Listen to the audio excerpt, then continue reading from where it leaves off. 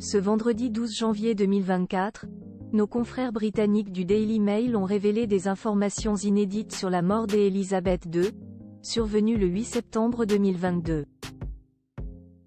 Et plus précisément sur les instants qui ont précédé cette disparition, un grand choc en Grande-Bretagne. La suite après la publicité le 8 septembre 2022, toute la Grande-Bretagne pleurait la mort de la reine Élisabeth II.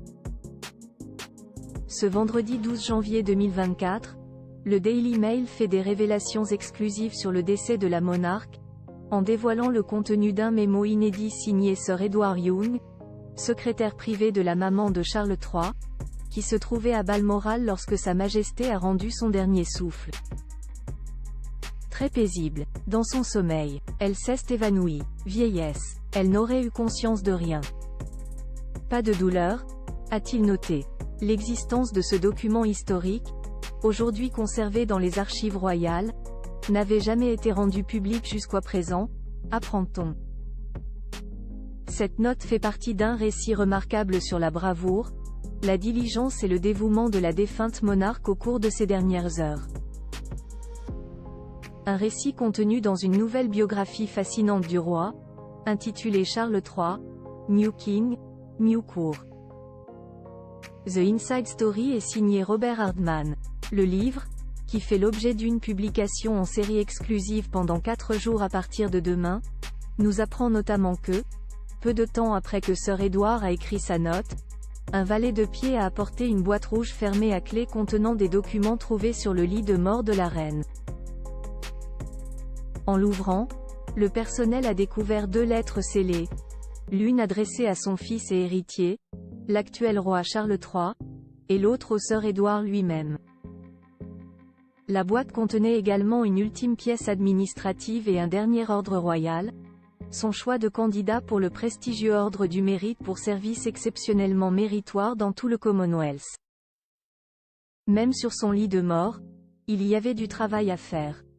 Et elle l'avait fait, écrit Robert Hardman à propos de son dévouement sans égal.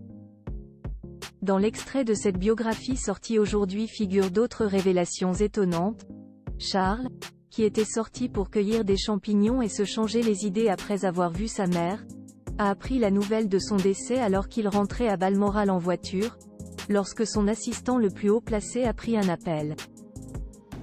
Il s'est arrêté, et on s'est adressé à lui pour la première fois en l'appelant Votre Majesté, avant de passer calmement la vitesse supérieure et de continuer à rouler. Charles III déjà roi mais obligé de le cacher lorsque Charles a appelé le prince William via le standard du palais pour lui annoncer la nouvelle, il a été contraint de dire simplement à l'opératrice « moi », car il s'est soudain rendu compte qu'il ne pouvait pas encore révéler qu'il était roi. Il a essayé d'appeler à plusieurs reprises son fils cadet pour lui annoncer la nouvelle en personne, mais Harry était déjà dans les airs et il n'a pas réussi à le joindre. Le Daily Mail précise que cette biographie retrace l'histoire dramatique d'une transition au plus haut niveau, en examinant les défis auxquels le nouveau roi a été confronté au cours de sa première année sur le trône, notamment les drames familiaux, les crises politiques et les questions relatives à l'avenir de la monarchie. L'ouvrage bénéficie d'un accès inégalé à la famille royale, à ses amis proches, à son personnel passé et présent, à des personnalités politiques de premier plan et à des documents inédits des archives royales. Il décrit également le rôle essentiel joué par la reine Camilla, les relations du roi avec les princes William et Harry, ses projets de réforme de la monarchie et l'évolution de sa position sur la scène internationale. La suite après la publicité. La suite après la publicité.